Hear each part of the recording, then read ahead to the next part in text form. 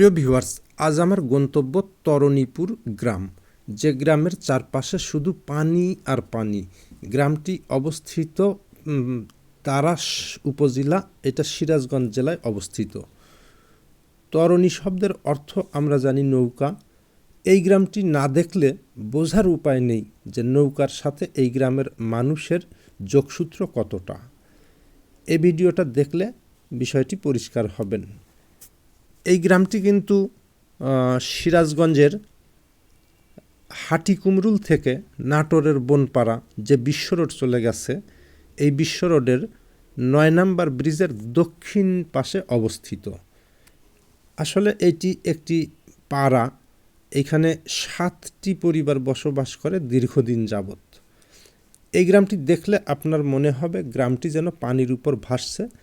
আমরা যাত্রা শুরু করেছি সেই গ্রামের উদ্দেশ্যে নৌকা নিয়ে। আমরা এখন সেই গ্রামের চারপাশটা একটু ঘুরে আসছি আমাদের এই নৌকা নিয়ে। চারপাশে পানি, দেখেন কি পানি। চলন বিলের এই যে ঢেউয়ের হাত থেকে রক্ষার জন্য কিন্তু বাড়ির পাশে ব্লক স্থাপন করা হয়েছে। অনেক উঁচু করে বাড়ি তৈরি করতে হয়, অনেক মাটি কাটতে হয় ঢেউ থেকে রক্ষার জন্য। এই যে কচুরি পানা, বিভিন্ন জিনিস তারা এরকম দিয়ে রাখে ঢেউ থেকে বাঁচতে, বাড়ির ভাঙনের হাত থেকে বাঁচতে। গাছগুলো পানির মধ্যে দাঁড়িয়ে আছে। এইখানকার মানুষগুলা কিন্তু মূলত কৃষিজীবী। কিছু মানুষ পাশাপাশি তারা মৎস্য শিকারের কাজও করেন বর্ষা মৌসুমে।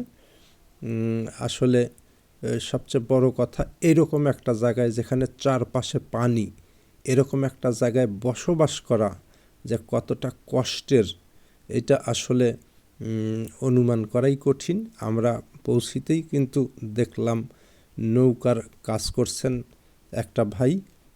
বাড়ির উপর থেকে কিন্তু আমরা যে ভিউটা নিলাম, এটা আপনার বিশ্ব রোডের পাশটা দেখা যাচ্ছে পশ্চিম পাশে। তখন কিন্তু প্রচণ্ড মেঘ দেখা যাচ্ছে। বর্ষা মাসে আমার নৌকো ছাড়া কোনো চলাচলের বুদ্ধি নাই, মানে সবসময় নৌকো দরকার বর্ষা মাসে। তারপরে দেখা যাচ্ছে আমরা সব হলো বেশিরভাগই কৃষি পরিবার, তারপরে মাছ টাছ মেরে সব জীবিকা নির্বাহ করি। এই তো এইভাবে চলাফেরা হয়। বাড়ি ফাঁকা বাড়ি, সেই হিসেবে সাপ পোকার বিচ্ছু একটু আক্রমণ আছে।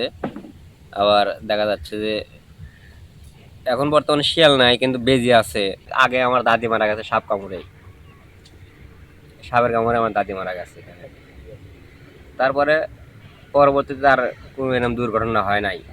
বছরে মাটি কাটার লাগে, মাটি কাটাই মানে বাড়ি ঘরে বর্ষা পানি আইসা আপনার হলো মাটি ধুয়ে ধুয়ে লিয়ে চলে যায়।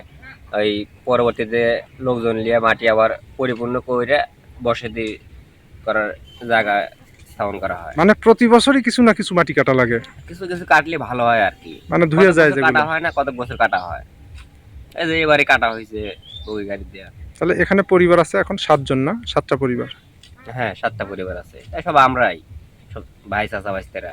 7টা পরিবার আছে। তো আমাদের ছেলে মেয়েদের পড়ালেখা সবচেয়ে বড় সমস্যা, স্কুল কলেজে যাও। স্কুল কলেজে যাওয়া একটু সমস্যা হয়। এই যে নৌকাবাদ দেখতেছি। তোমরা পালন করো কি কি? আমরা হাঁস মুরগি গরু ছাগল ভেড়া এগুলো ইত্যাদি, এগুলো সব পালন করি। কিন্তু সবজি হয় না, তাই না? এখানে জায়গা নাই, তাই না? সবজি আছে, ওই যেগুলো জাংলা করে, ওই যে চালের পরে যে আছে, এগুলো হলো কুমড় লাউ বিলাতি মিষ্টি কুমড়া এগুলো আর কি। আমাদের ছেলে মেয়ে লেখাপড়ার জন্য স্কুল নাই, রাস্তাঘাট নাই, এইরকম সমস্যা। বাড়ি অনেক পানি হয়, নৌকা চলাচল করি। এটা কয় মাস এরকম? তাও তো 7 মাস তো হবে এরকম। আচ্ছা, আপনারা তো বাড়ির বাইরে যেতে লাগলেই আপনাদের নৌকা লাগে, ঢেউ যখন আসে সেখান বাড়ি ভেঙে দিয়ে যায়। বাড়ি করার জন্য অনেক মাটি কাটা লাগে না? হ্যাঁ, অনেক মাটি কাটা লাগে। মাটি কাটা লাগে, চারিদিকে ব্লক করা লাগে। ব্লক না করলেই থাকে না, ভেঙে যায়।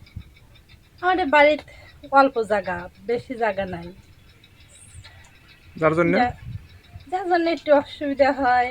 মানে ঘর দুয়ার বেশি তুলতে পারি না, অল্প কিছু। ঢেউয়ের সাথে লড়াই তাদের নিত্যদিনের। ঢেউয়ের তোরে ভেসে যায় বাড়ির মাটি, ঝড়ঝঞ্ঝার সাথে লড়াইটা নিত্যদিনের। এভাবেই সংগ্রাম করে দীর্ঘ বছর টিকে আছেন এই গ্রামের 7টি পরিবারের 30-35 জন সদস্য। এখানকার মাটি আঁকড়ে বেঁচে থাকার লড়াইয়ে প্রতিদিন স্বপ্ন বোনেন তারা। প্রিয় ভিউয়ার্স, আমার এই ভিডিওটি ভালো লাগলে লাইক, কমেন্ট, শেয়ার করতে পারেন। আর যারা ভয়েস অফ রঞ্জু ফেসবুক পেজটি ফলো করেননি, ফলো বাটনে ক্লিক করতে পারেন। ধন্যবাদ সবাইকে।